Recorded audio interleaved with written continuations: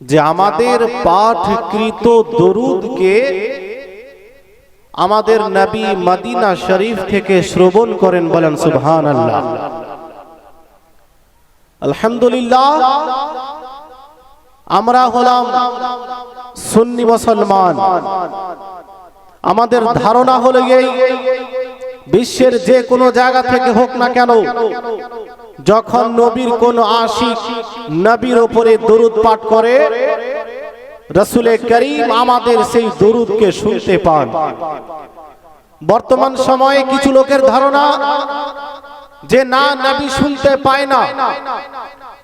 কয়েক হাজার কিলোমিটার দূরে মদিনা শরীফে নবী আলাইহিস সালাম আছেন, আমরা এত দূরে আছি।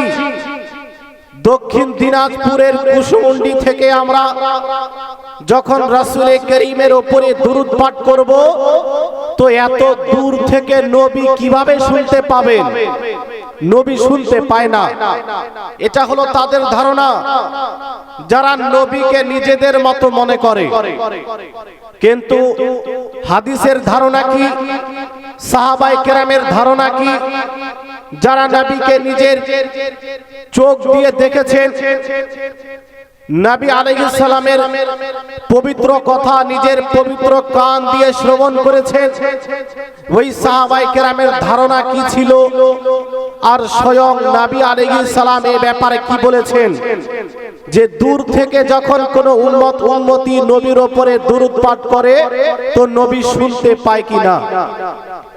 আজ একজন মাস্টার চায়ের দোকানে বসে আলোচনা করে যে নবী শুনতে পায় না। কিছু ডাক্তার ইউটিউবে এসে বলে যে দূর থেকে নবী শুনতে পায় না। আমাদের দরুদ নবীর নিকটে পৌঁছে দেওয়া হয়, অবশ্যই আমাদের দরুদ নবীর নিকটে পৌঁছে দেওয়া হয়। তার মানে এটা না যে নবী শুনতে পায় না, তার মানে এটা না। উদাহরণ দিয়ে আপনাকে বলি, আমরা যখন কোন নেক কাজ করি, ডান কাঁধের ফেরেশতা লিখে রাখে। যখন কোন খারাপ কাজ করি, বাম কাঁধের ফেরেশতা লিখে রাখে। ফেরেশতা ওই নোটবুককে কি করবে? তো হাসরের দিনে ওই নোটবুক আল্লাহর দরবারে পেশ করা হবে। ওই ফেরেশতা ওই নোটবুককে, যেই নোটবুকে নেকি লিখে রাখা হয়েছে, গুনাহ লিখে রাখা হয়েছে, আল্লাহর দরবারে পেশ করা হবে এবং পরবর্তীতে বান্দার হাতে দেওয়া হবে। আপনাকে আমি জিজ্ঞেস করতে চাই, যদি পৌঁছে দেওয়ার মানে এটা হয় যে যার কাছে পৌঁছে দেওয়া হচ্ছে সে ওই সম্পর্কে অবগত না, আপনাকে জিজ্ঞেস করব, আল্লাহ পাক দুইজন ফেরেশতাকে দায়িত্ব দিয়ে রেখেছেন, তোমরা আমার বান্দার নেকি লিখে রাখবে, আমার বান্দার গুনাহ লিখে রাখবে। তার মানে কি আল্লাহ পাক জানেন না যে আমার বান্দা কি করছে, কি বলছে? বুঝতে পারছেন কিনা? আল্লাহ কি জানেন না যে আমার বান্দা কখন নেক কাজ করছে, আমার বান্দা কখন খারাপ কাজ করছে? আমি দুইজন ফেরেশতাকে দায়িত্ব দিলাম, তোমাদের কাজ হলো যখনই নেক কাজ করা হবে নোট করবে, যখনই ভুল কাজ করা হবে নোট করবে এবং আমার সামনে পেশ করবে। তারপরে আমি আমার বান্দার সামনে পেশ করব। যদি পৌঁছে দেওয়ার মানে এটাই হয় যে আল্লাহ নাউজুবিল্লাহ যার কাছে পৌঁছে দেওয়া হচ্ছে সে জানে না, তাহলে আপনাকে বলতে হবে যে আল্লাহ জানে না যে বান্দা কি করছে আর কি বলছে। অথচ তারাও এটা মানে না, তারা বলে যে না, যদিও আল্লাহ পাক দায়িত্ব দিয়ে রেখেছেন নিজের নিকটে পৌঁছে দেওয়া, তার মানে এটা না যে আল্লাহ জানেন না। অবশ্যই আল্লাহ পাক বান্দার সর্ব কর্ম সম্পর্কে সর্বদা অবগত। বান্দা কখন কি বলছে, বান্দা কখন কি করছে, বান্দা কখন কোথায় যাচ্ছে, বান্দা 24 ঘন্টায় যা কিছু করছে মহান আল্লাহ পাক জানে। আমি আপনাকে জিজ্ঞেস করতে চাই, আপনি তো একটু আগেই বলেছিলেন যে পৌঁছে দেওয়া হয় তার কাছে যে জানে না, তো এখানে তো ওই লজিক চললো না, এখানে ওই লজিক ভেঙে গেল। এবার আপনাকে আমি দলিল দিয়ে দিই লজিকের পরে, রাসূল করিম আমাদের দুরূদকে শুনতে পান কিনা। আজ কোন মাস্টারের কথার দিকে কান দেওয়ার কোনো প্রয়োজন নাই, আর কোন শেখের কথার দিকে কর্ণপাত করার কোনো প্রয়োজন নাই, কোন মাওলানার দিকে কর্ণপাত করা প্রয়োজন নেই। বরং রাসূল করিম এ সম্পর্কে কি বলেছেন, রাসূলের উপরে যখন দুরূদ পাঠ করা হয় আমাদের রাসূল শুনেন কিনা। সাহাবায়ে কেরাম এই প্রশ্নটি প্রায় 1500 বছর আগে রাসূলুল্লাহকে করেছিলেন। হাদিস বর্ণিত হয়েছে দালাইলুল খেরাত 205 নম্বর পেজে। সাহাবায়ে কেরাম রাসূল করিমকে প্রশ্ন করলেন, ইয়া রাসূলুল্লাহ আতাসমাউ সালাতাল মুসাল্লি মিম্মান গাবা আনকা ওয়া মাইয়াতি বাদাক।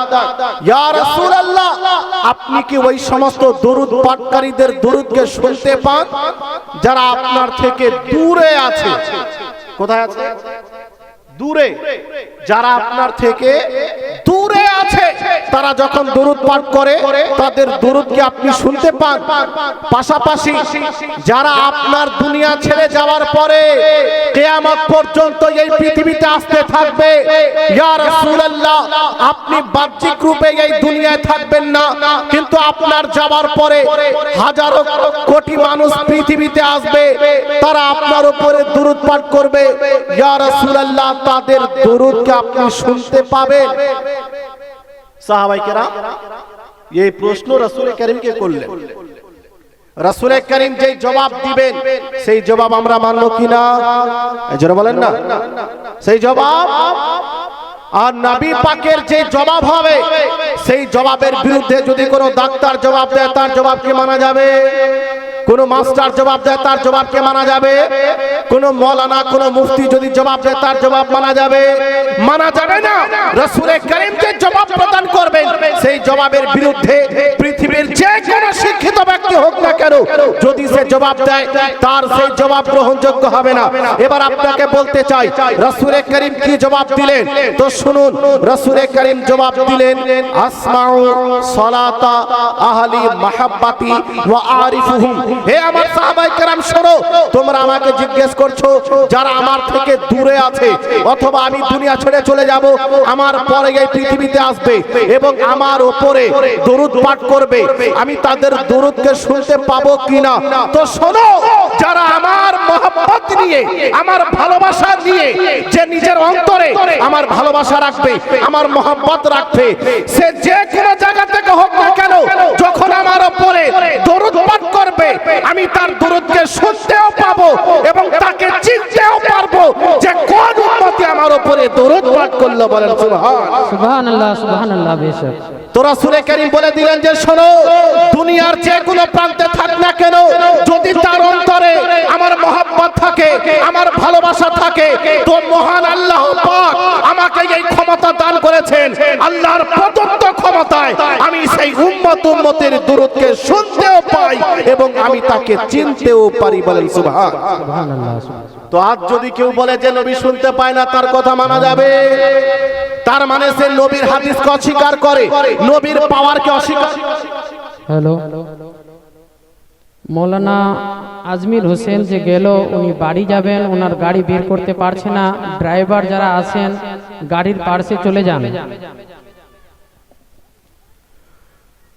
তো রাসূল করিম বলে দিলেন যে শোনো, তোমরা আমাকে নিজের মতো মনে করিও না, তোমাকে যদি কেউ 1 কিলোমিটার দূর থেকে সালাম করে তুমি শুনতে পাবে না, কিন্তু আল্লাহ পাক আমাকে এই শক্তি দান করেছেন পৃথিবীর যে কোনো জায়গা থেকে হোক না কেন যখনই আমার উপরে কেউ সালাম পেশ করে আমি তার সালামকে শুনতে পাই এবং তাকে তার সালামের জবাবও দিয়ে দিই। বলেন সুবহানাল্লাহ।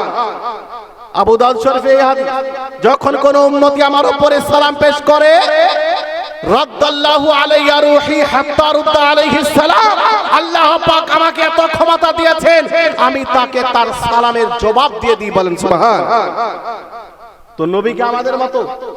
যারা বলেন না মাদ্রাসা থেকে যদি কেউ সালাম করে আমাকে, আমি এখন শুনতে পাবো? আপনি শুনতে পাবেন, কিন্তু নবী আলাইহিস সালাম 10,000 কিলোমিটার দূর থেকে যদি কোনো ব্যক্তি নবীকে সালাম করে 20,000 কিলোমিটার দূর থেকে যদি রাসূলের উপরে কেউ দরুদ পাঠ করে, মহান আল্লাহ নবীকে এই শক্তি দান করেছেন। আমার আপনার নবী তাই আপনার তার সালামকে শুনতে পান, তার দরুদকে শুনতে পান। বলেন সুবহানাল্লাহ। এজন্য কোন শেখের চক্করে পড়ে, কোন নায়কের চক্করে পড়ে, কোন খলনায়কের চক্করে পড়ে, কোন ডাক্তারের চক্করে পড়ে নবীর হাদিসকে অস্বীকার করা যাবে? জোরে বলেন। এজন্য নিজের ধারণা সঠিক রাখুন যে আমরা যে দরুদ পাঠ করি আমার নবী, জোরে বলেন না, আমার নবী কি? শুনতে পাই, আমার নবী শুনতে পাই, শুনতে পায়। আসুন একবার এই ধারণা নিয়ে, নবীর মহব্বত ভালোবাসা নিয়ে অন্তরে দুরূদ পাঠ করি, পড়ি আল্লাহুম্মা সাল্লি আলা